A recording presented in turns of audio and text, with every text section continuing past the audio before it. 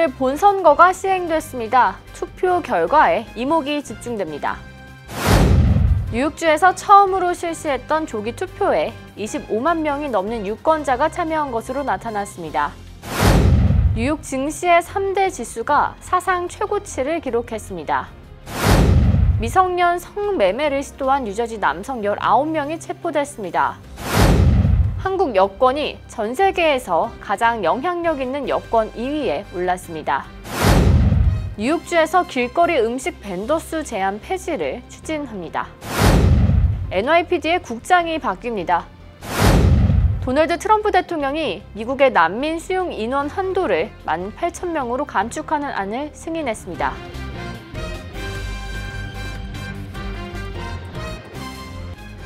학자금, 결혼자금, 노후자금 준비. 뉴 밀레니엄 뱅크가 알뜰한 적금 상품을 준비했습니다. 3년 만기 적금 연이율 무려 2.65%, 무려 2.65%. 뉴 밀레니엄 뱅크와 함께 미래를 준비하세요. FDIC member and equal housing lender.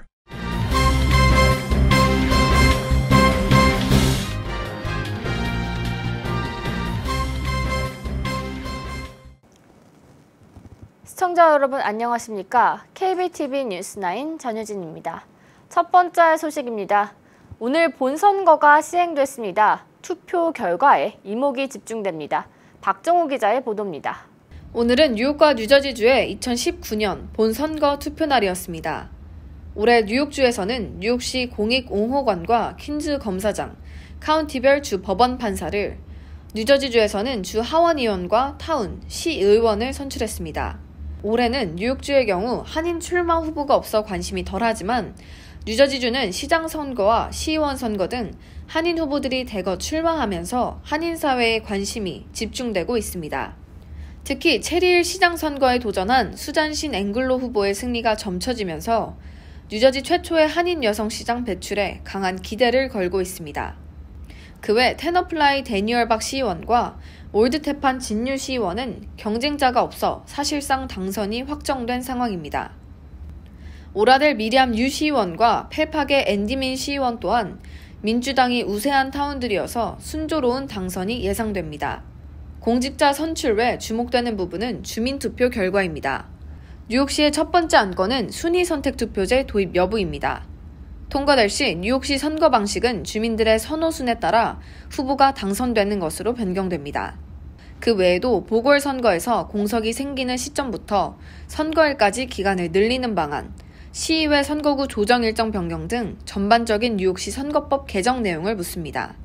특별히 뉴저지 주정부가 주 로컬 경찰들의 이민 단속 협조를 공식 금지한 가운데 서섹스 카운티는 오늘 주민투표를 통해 이민 단속 협조 여부를 결정할 예정입니다. 또한 펠팍 유권자들에게는 공립교 개보수를 위한 6,100만 달러 예산 책정 여부를 물었습니다. 우리가 할 수 있는 게 많이 없겠지만 우리가 그중에 가장 크게 할 수 있는 일이 투표에 참여함으로 우리 한인 사회에 또 우리가 기여를 또 하고 또 우리 자녀들도 좋은 환경에 키울 수 있고 그래서 이제 참여를 해야 되겠다 해서 하러 교민들이 적극적으로 투표를 해야 우리 한국 교민들의 어떤 그 권리라든지 뭐 이런 것에도 한층 도움이 되고 그러니까 전부 좀 투표를 많이들 했으면 좋겠습니다. 오늘 투표소에서는 한인들의 모습이 눈에 띄었습니다. 한인 후보들의 당락에 따라 한인 사회에 어떤 변화를 가져다 줄지 귀추가 주목됩니다. KBTV 뉴스 박정우입니다. 지난 26일부터 11월 3일까지 미 전역 248개 투표소에서 치러진 조기 투표에 25만 6천 명이 참여한 것으로 나타났습니다. 이는 1.9%의 투표율입니다. 하루 평균 6,400명의 유권자가 참여한 것으로 집계됩니다. 뉴욕주는 내년 4월 28일 연방 예비선거와 6월 23일 뉴욕주 예비선거, 11월 3일 본선거 등 세 차례 선거에서도 조기 투표를 실시할 예정입니다. 한편 이번 조기 투표소 가운데 공립학교 33곳이 포함되면서 해당 학교 학부모들의 우려의 목소리도 컸습니다. 휴교 없이 조기 투표가 진행되기 때문에 낯선 사람들이 학교에 들어와 학생들의 안전을 위협할 수도 있다는 것입니다. 학생들의 안전을 고려하지 않은 조치에 실망스러움을 표하기도 했습니다. 앞서 내년 본선거에서는 더 많은 학교를 투표소로 이용할 계획이라 밝힌 바 있어 선관위와 교육위 측의 적절한 대응이 필요해 보입니다. 뉴욕 증시의 3대 지수가 사상 최고치를 기록했습니다. 미국과 중국의 무역 협상에 대한 기대감 때문으로 풀이됩니다. 월요일 시장을 살펴보면 다우존스 지수는 전장보다 0.42% 상승한 27,462의 거래를 마쳤습니다. S&P 500 지수는 전일 대비 0.37% 오른 3,078.27에 마감했습니다. 나스닥도 0.56% 상승해 8,433.2의 장을 마쳤습니다. 하지만 화요일 아침 시장은 혼조세를 보였습니다. 장 초반 다우존스는 상승세를 이어갔지만 S&P 500과 나스닥은 하락세를 보였습니다. 미중 무역 협상의 진전 기대가 상승 압력을 넣은 것으로 보입니다. 미중 무역 진전 내용으로는 미국 내에서 판매 금지된 화웨이가 조만간 미국 정부에 의해서 판매 허가를 받을 수 있을 것이라고 윌버 로스 상무장관이 발언했습니다. 로스 장관은 1단계 무역 협정이 이달에 체결될 수도 있고 또 양국 정상회담이 아이오와나 알래스카, 하와이 아니면 중국에서 이뤄질 수 있을 것이라고 말했습니다. 소셜미디어를 이용해 미성년자들을 꿰어 성매매를 하려던 유저지 남성 19명이 체포됐습니다. 자세한 내용 박정호 기자가 전해드립니다. 거비어 그루월 뉴저지주 검찰총장과 서머셋 카운티 마이클 러버트슨 검사는 작정명 오픈도어를 통해 인터넷 채팅 사이트나 스마트폰 앱으로 미성년에게 성매매를 목적으로 접근한 남성들을 체포했다고 밝혔습니다. 경찰은 자신들이 12살에서 14살인 소년, 소녀인 척을 하면서 온라인에 접근하는 남성들을 상대로 대화를 나눴습니다. 장장 6일에 걸쳐 경찰이 대기하고 있는 집으로 유인해 용의자들을 검거하는 데 성공했습니다. 뉴저지주 검찰은 이번을 비롯해 올 들어 총 3차례 유사 작전을 벌여 지금까지 59명을 체포했습니다. 이에 그루월 검찰총장은 이러한 작전을 계속하면 매주 20명에서 많게는 30명까지 잡아들일 수 있을 것이라며 그만큼 아동 성범죄자들이 많다고 설명했습니다.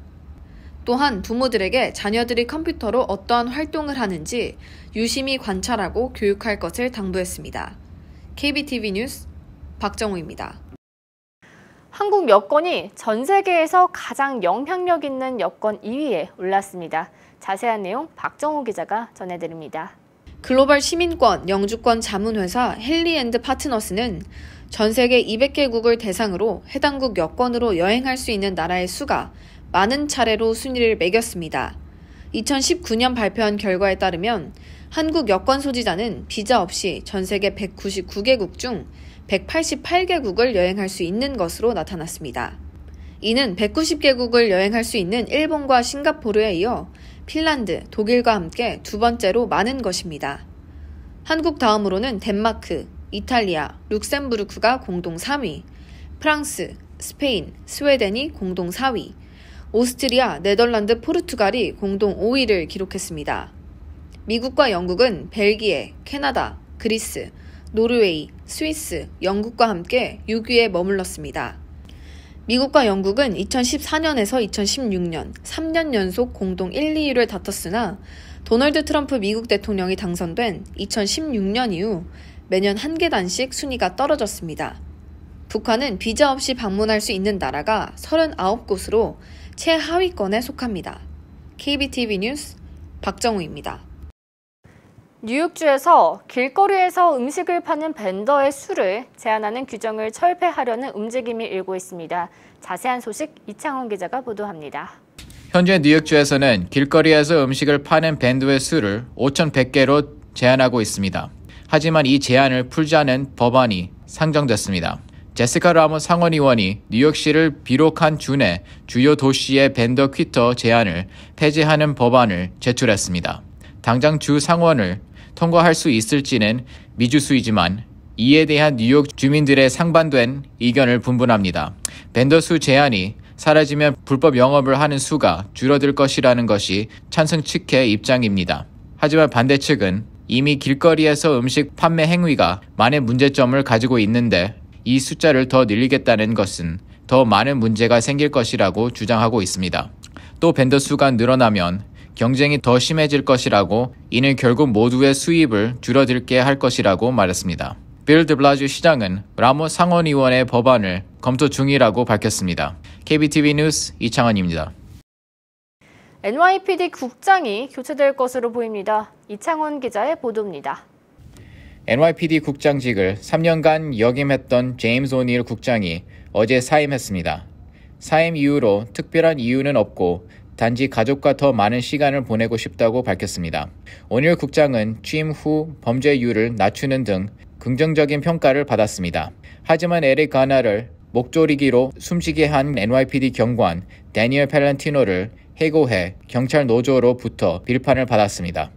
빌 드 블라지오 시장은 다음 국장으로 더모 세이를 임명할 것으로 보입니다. 세이 차기 국장은 다음 달 1일 공식 취임할 예정입니다.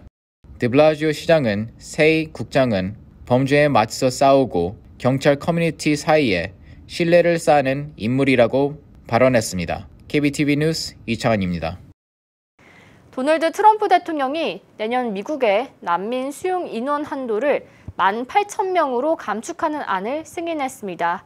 이는 30여 년 전 미국이 난민 정착 프로그램을 도입한 이래 가장 적은 숫자입니다. 또한 버락 오바마 대통령이 2016년 난민 수용 인원 상한선을 11만 6천 명으로 정했던 것에 비해도 대폭 줄어든 규모입니다. 이에 마이크 폼페이오 국무장관은 성명을 내고 트럼프 행정부 외교 정책의 핵심은 구체적인 사실에 근거해 최적의 결과물을 도출해내는 것이라고 강조했습니다.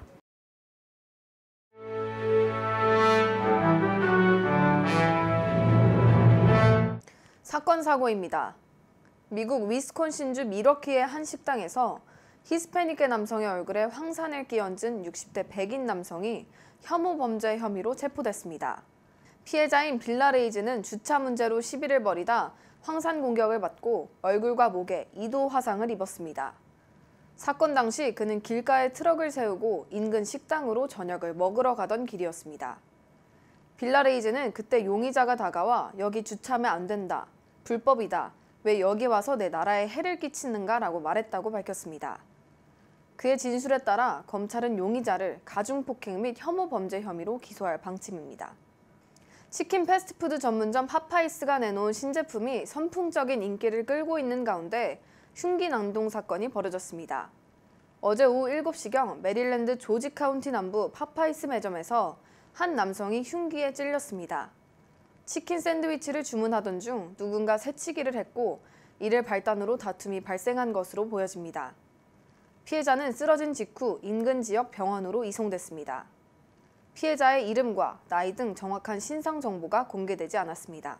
경찰은 도주한 용의자를 추적 중에 있습니다. 어제 오후 1시 40분경 브롱스 멜로스 구역에서 31세의 한 남성이 머리와 다리에 총을 맞는 사고가 발생했습니다. 이후 피해자는 지역 병원으로 옮겨졌지만 끝내 사망했습니다. 한 명은 중상을 입은 것으로 확인됐습니다. 사고 당시 현장에서 말다툼이 있던 것으로 보입니다. 검찰은 용의자가 벤츠 흰색 SUV 차량에 타 있던 것으로 보고 있습니다. 아직 용의자 검거는 이뤄지지 않았습니다. 스타벅스가 미국 뉴욕에서 스마트폰으로만 주문할 수 있는 매장을 오늘 오픈했습니다. 뉴욕 맨하튼 펜플라자에서 모바일 픽업 카페를 열었습니다. 이 매장에선 스타벅스 모바일 어플리케이션을 통해서만 주문과 결제를 할 수 있습니다. 봉준호 감독의 영화 기생충이 미국에서 흥행을 하면서 한국 영화로는 처음으로 아카데미 수상작 기대를 모으고 있습니다. 내년 2월 9일에 열리는 제92회 아카데미 시상식에서 최우수 국제영화상 부문의 수상을 예상하고 있습니다. 현대차와 기아차가 10월 북미 시장에서 판매율이 상승했습니다. 현대차는 전년 대비 11.3%, 기아차는 10.9% 상승했습니다. 모델별로는 SUV가 가장 인기가 많은 것으로 조사됐습니다. 산타페와 투싼, 소렌토 등 SUV의 판매가 두드러졌습니다. 뉴욕과 뉴저지의 기온이 7일부터 급격히 추워질 것으로 보입니다. 이번 주말에는 본격 겨울 날씨가 다가올 것으로 예상됩니다. 영하의 온도를 보이겠고 첫눈이 오는 곳도 있을 것으로 보입니다. 이번 주 추위 대비 단단히 하셔야 될 것 같습니다. 이어서 포커스인과 커뮤니티 브리핑이 이어집니다.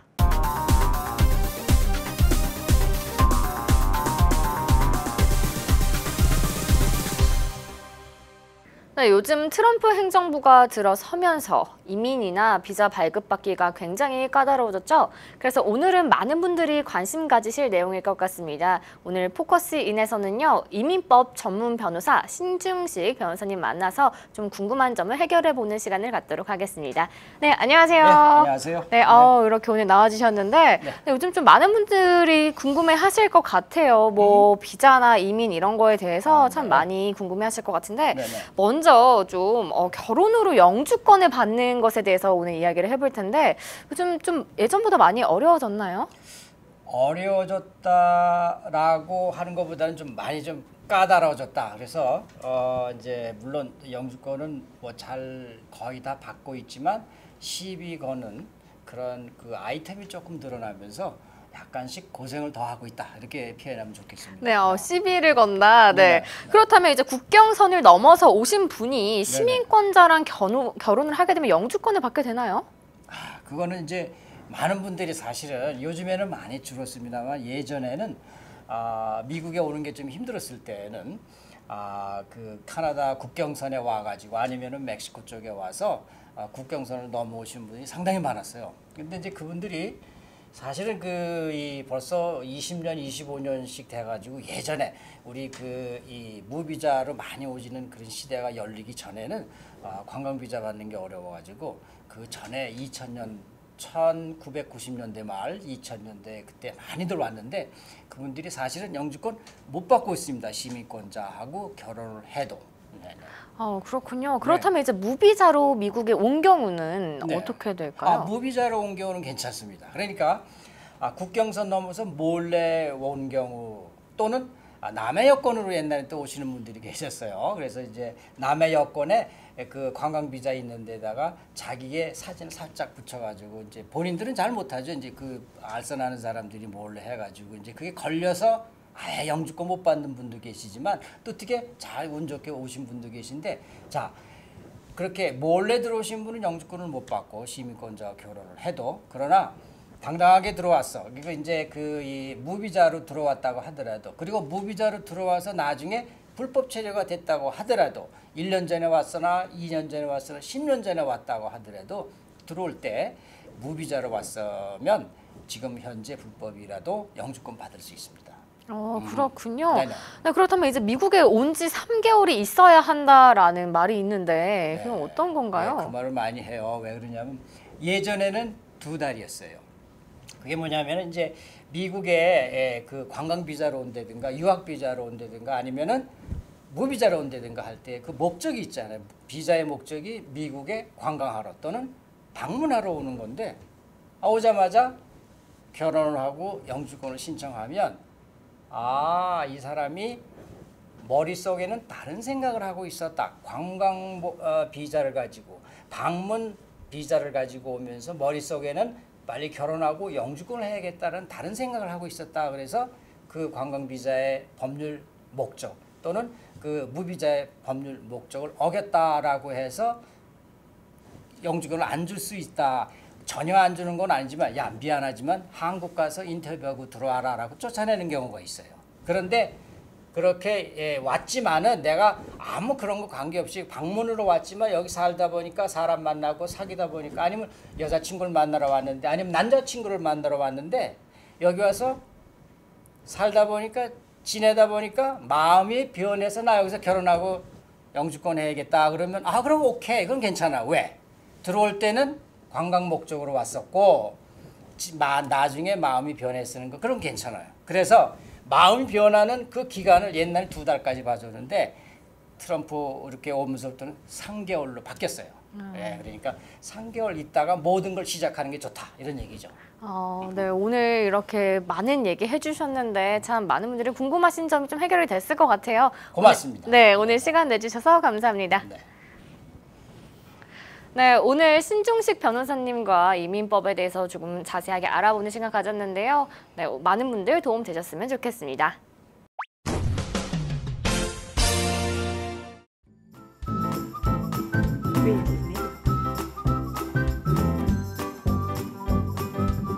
creativemedia.net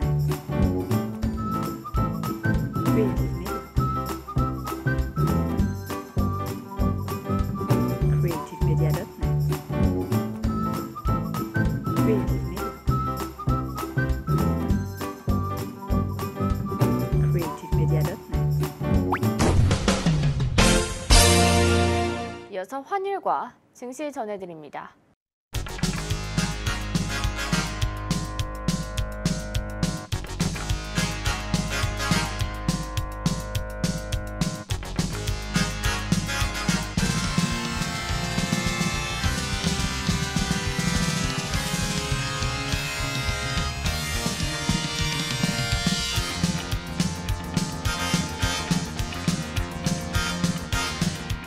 뉴욕과 뉴저지 날씨 전해드립니다.